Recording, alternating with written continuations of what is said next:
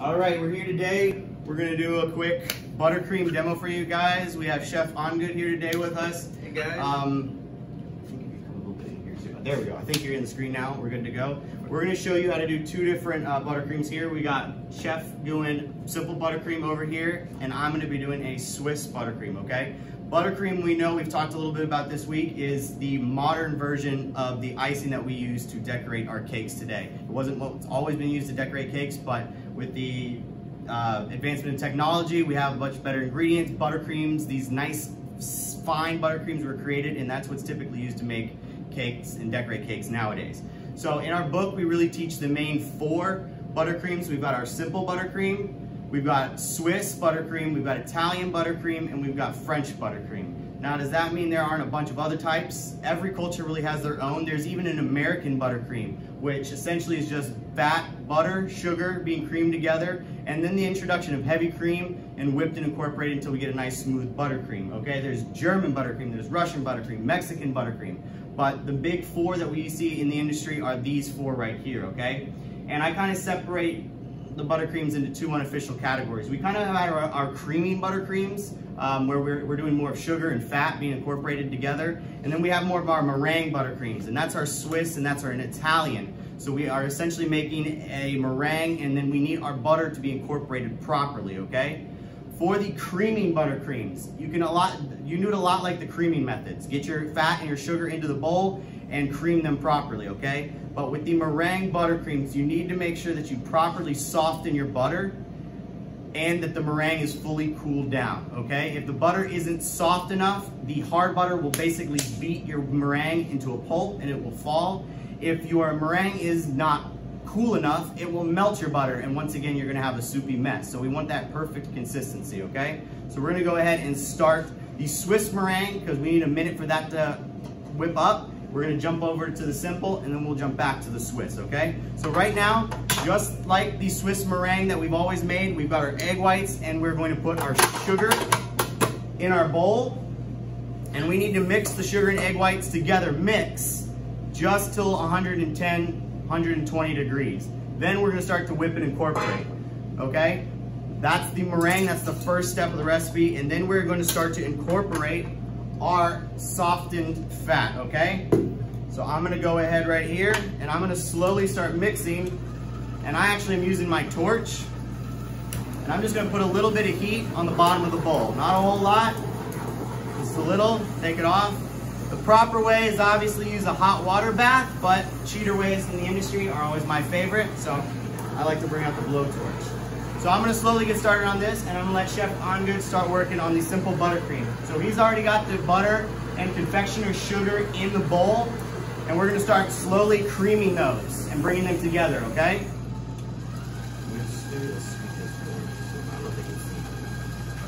Okay, we're good. And he's gonna start creaming those together.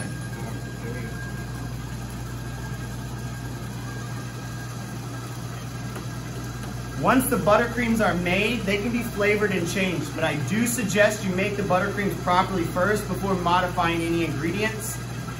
Especially the meringue type buttercreams, they tend to fall very easily if other ingredients besides properly softened fat are incorporated too soon.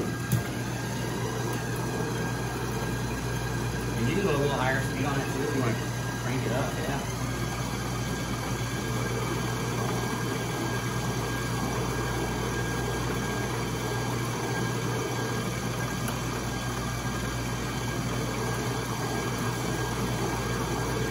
Now normally when you're in class with us, you're gonna get to taste every single type of buttercream, but because of the predicament we're in, right, you're gonna have to do your best. If you have free time or after you graduate from the class, I suggest trying to make and taste as many different buttercreams as you can.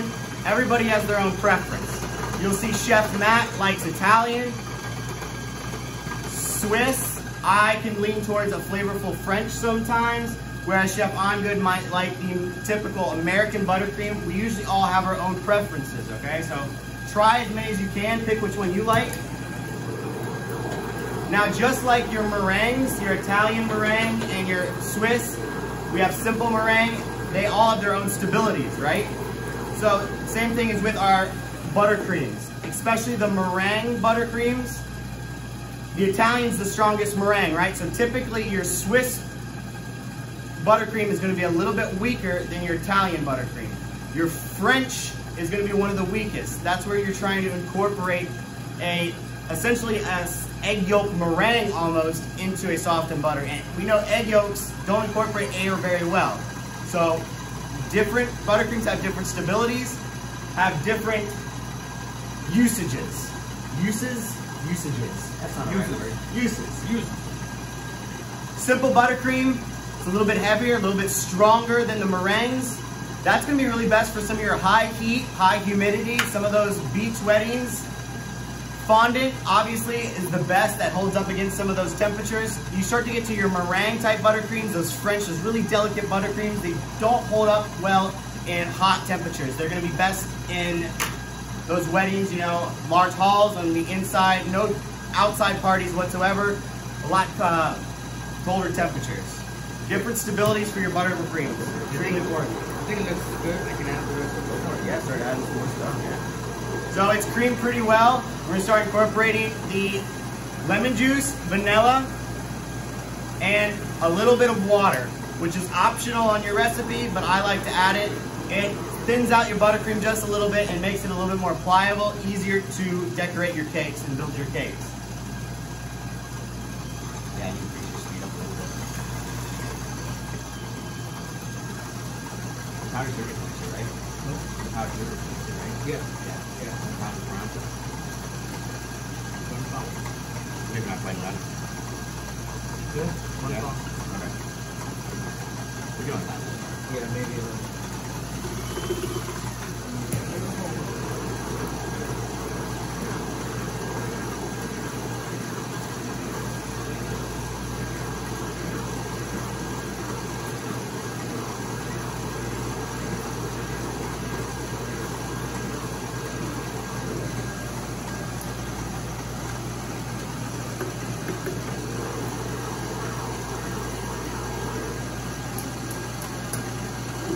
Really warm.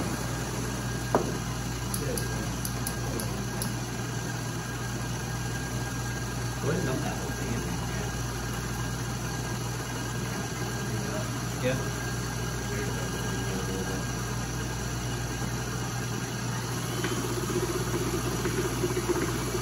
A little more, maybe? Yeah, you do a little more. So we've got our meringue here. It's just about warm. So I'm gonna go ahead and start increasing the speed, start incorporating air.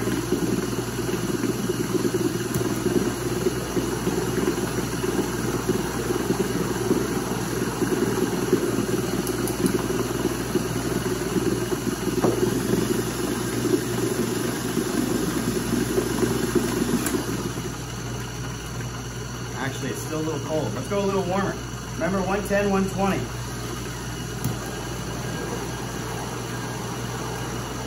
What do you think? That's looking better. Is the lemon juice in there yet? No. Okay, that usually will bleach it white. Just a splash of that, and yeah. That should change the color a little bit. Yeah.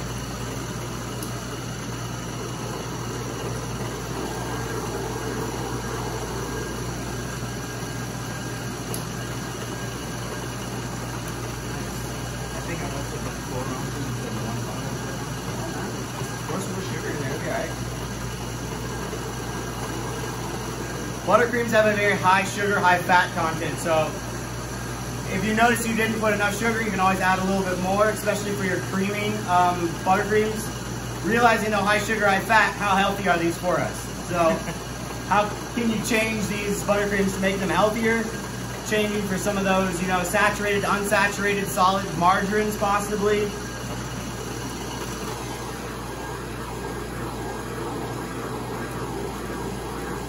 Make sure that your meringue, especially your Swiss meringue, is heated properly. Obviously, you know your Italian meringue needs to be, the sugar needs to be heated to the right temperature. The Swiss really needs to hit that 120 before you start whipping it. If you don't let it warm up fully, you probably aren't going to get the right height and definition from your buttercream.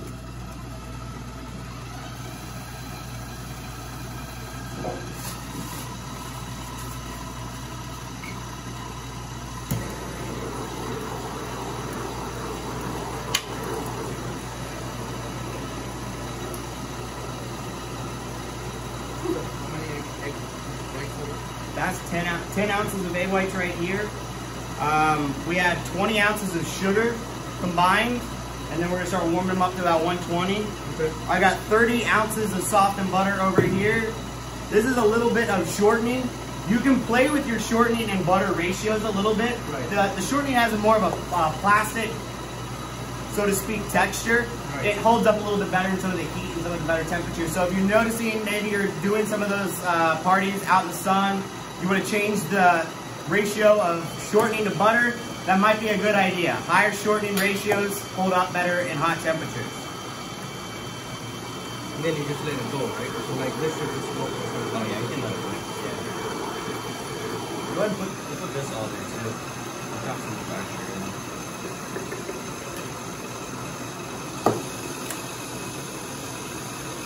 Almost there.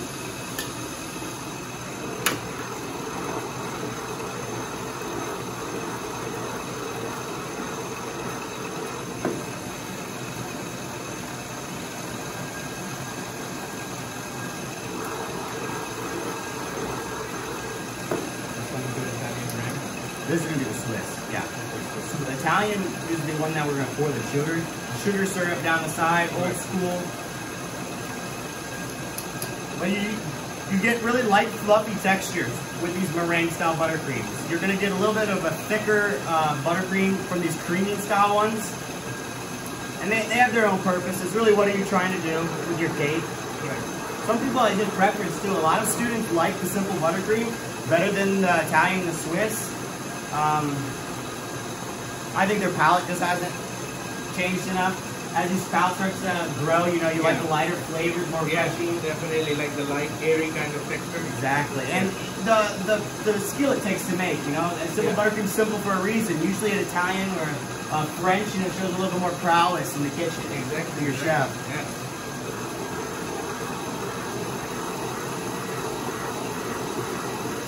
All right, so we're pretty warm here, and now we're gonna go ahead and increase the speed. Start whipping some air into our meringue.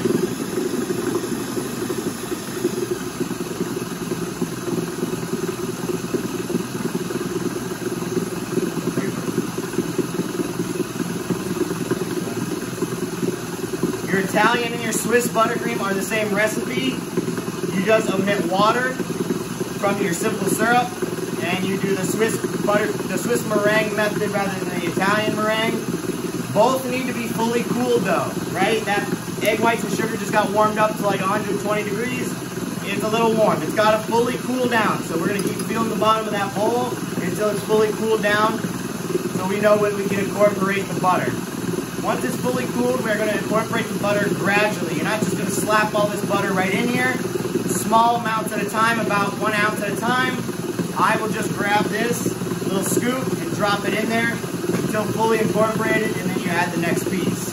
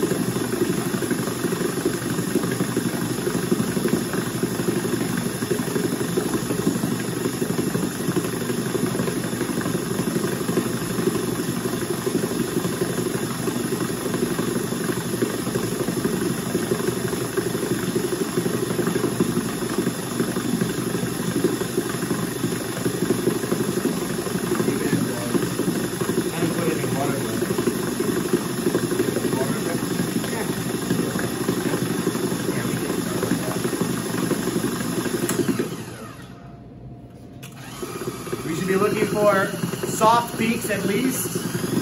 Try to get it light and fluffy, get some structure there.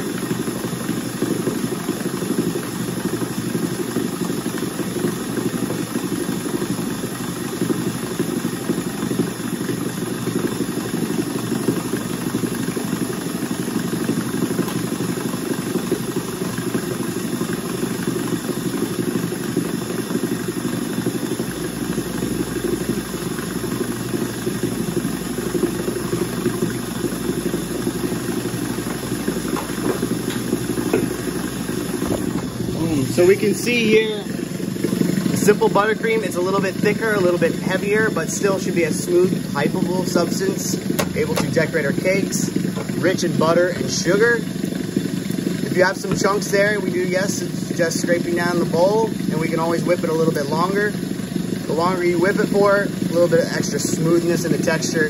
But the simple isn't really meant to have air incorporated into it. You know, we're using the paddle attachment. There's really not a whole lot of egg content in there. Yeah. The Swiss over here is really where we're trying to incorporate air, right? So you can see there already, my Swiss meringue is really looking beautiful. Pretty much almost got some soft peaks. And now I'm gonna go and start adding some butter into it.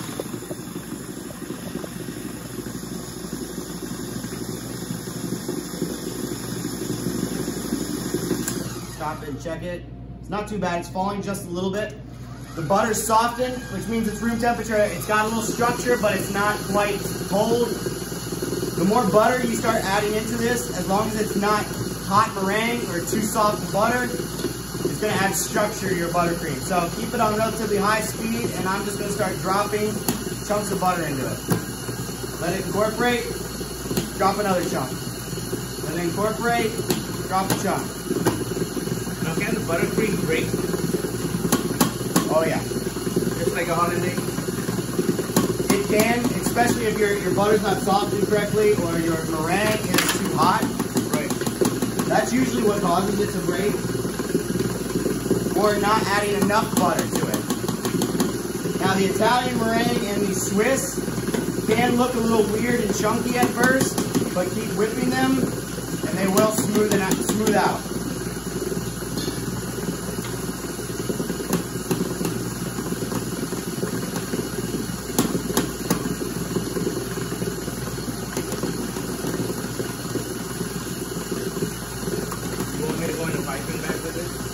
Sure, yeah. My way in there? Yes.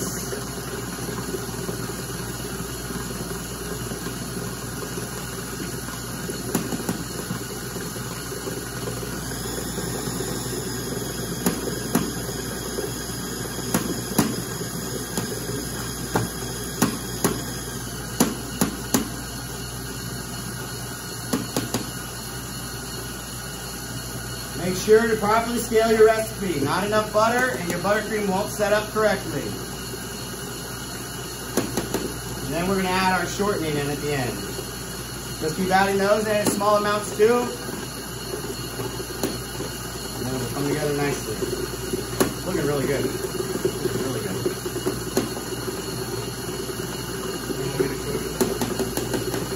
Sure, yeah.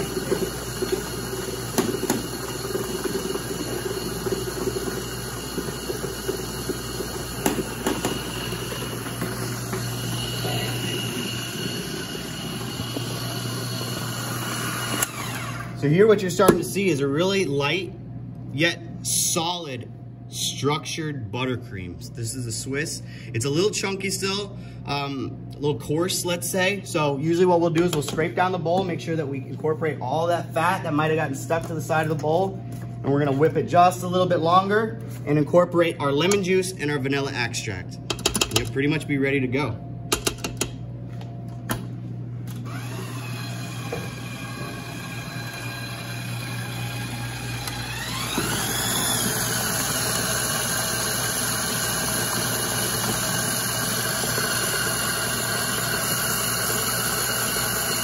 Vanilla.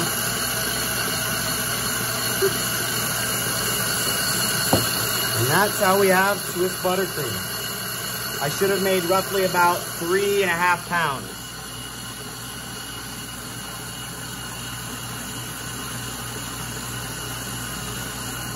All right. What is the difference? Question number one, what is the difference between French buttercream and Italian buttercream? Compare and contrast for me.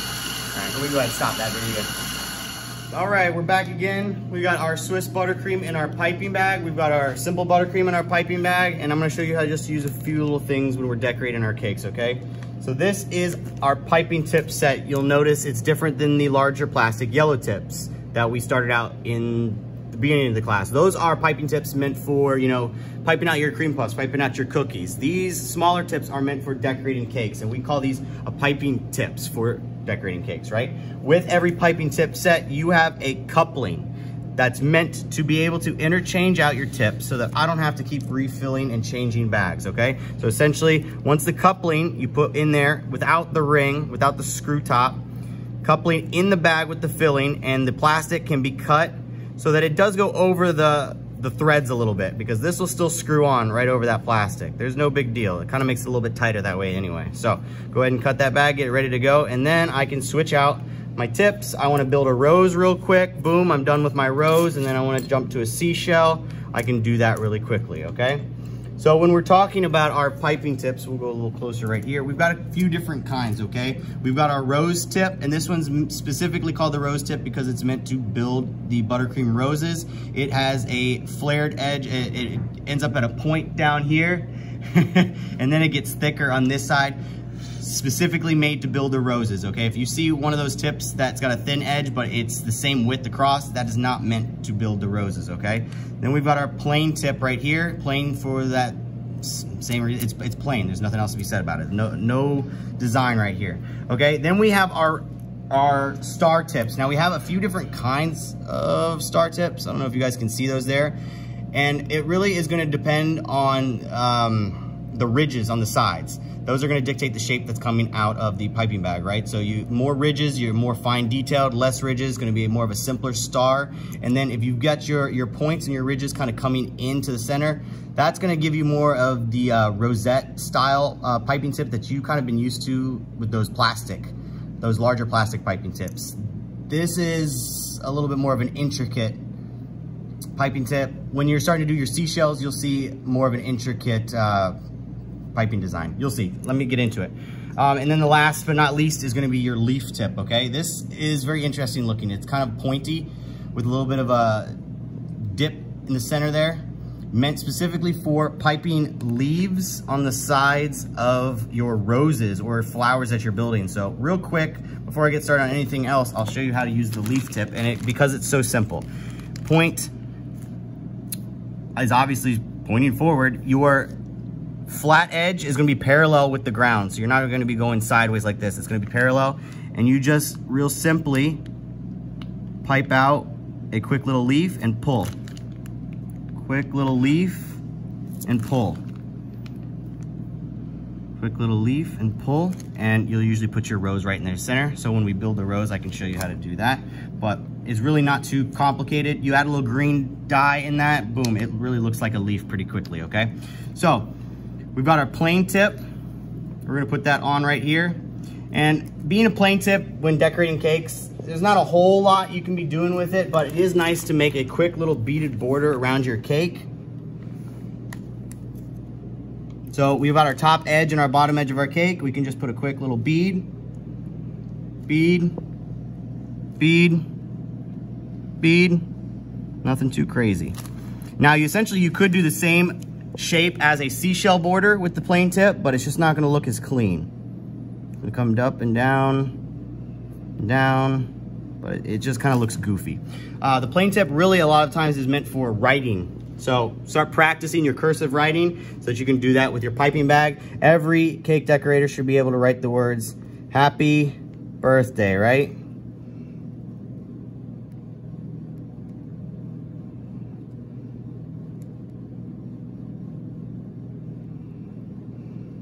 So start working on your cursive writing now, and you'll get better as you go. I actually use a star tip when I write. I don't know, I feel like it helps my writing. I'll try to find the finest, even finer than this star tip, and that's what I'll write on top. And it gives you a little bit of wiggle room, a little leeway with the edges. It kind of makes it look cleaner if you're having issues with your plain tips. A lot of times you won't use this big of a plain tip though to write. You'll do something with a little bit smaller, okay? But then let's jump over to our star tips. We'll have a little bit of fun with those. So when we're talking about decorating your cakes, we usually talk about border designs and decorating on the sides of the cake. And that's when these star tips are really gonna come into play. So I'm gonna show you the two different star tips so that you can kind of see the look different. So this is the one with the really fine ridges, straight, it doesn't curve in, okay? And I'm gonna just do a couple quick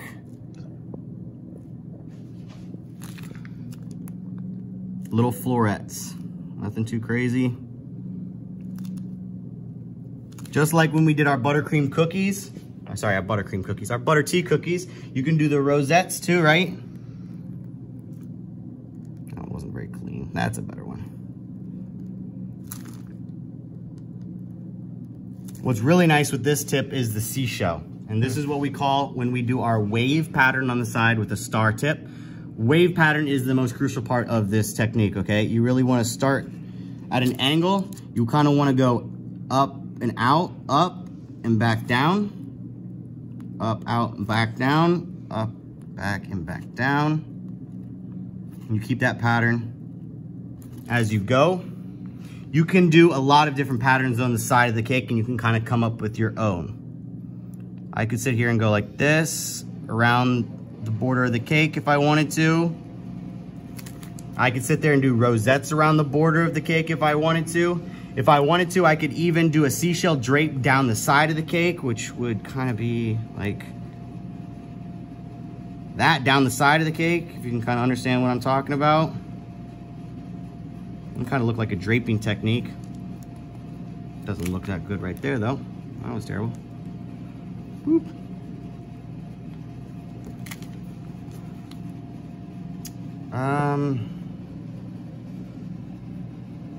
I really don't have a whole lot of other ones with the rosettes until you start getting to doing your scrolls on the sides of the cake, okay? Start looking in the cake assembly chapter in your book and practicing your scrolls if you have free time and a little bit of extra buttercream, okay? Your scrolls are gonna be what's on the sides of the cake. So we've got our top edge and our bottom edge. That's where we have our usual border. Thinking like the simple birthday cakes at Publix, okay? Then you start to get more of a high-end wedding cake. On the sides of the cake, you're gonna start to see scrolls. And that could be anything from a quick, simple little swoosh with a lip on the side there, or as intricate as, try to do a crazy one here.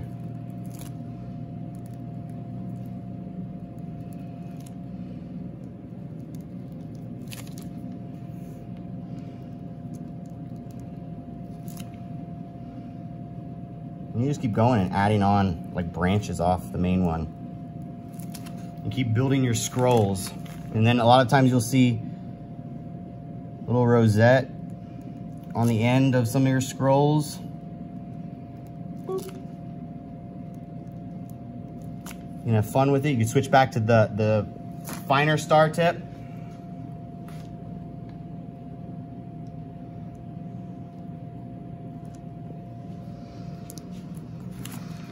Oops, I'm spilling buttercream everywhere.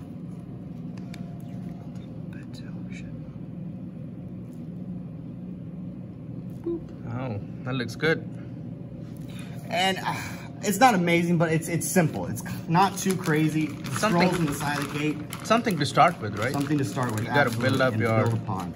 Now realizing this is what? High contents of butter, right? Butter melts. So you have to work quickly with your buttercreams. Don't handle them too much and don't put too much in your piping bags. They will start to melt and change consistencies really quickly, okay? Right. So I just want to show you one last thing with the plain tip going back. Scrolls don't necessarily have to be with the plain tip. A lot of wedding cakes will do scrolls on the side of the cake with a plain tip, but a really fine one. So you basically imagine this with a really fine tip on the side of your cake, but we'll call them simple plain scrolls. Try again.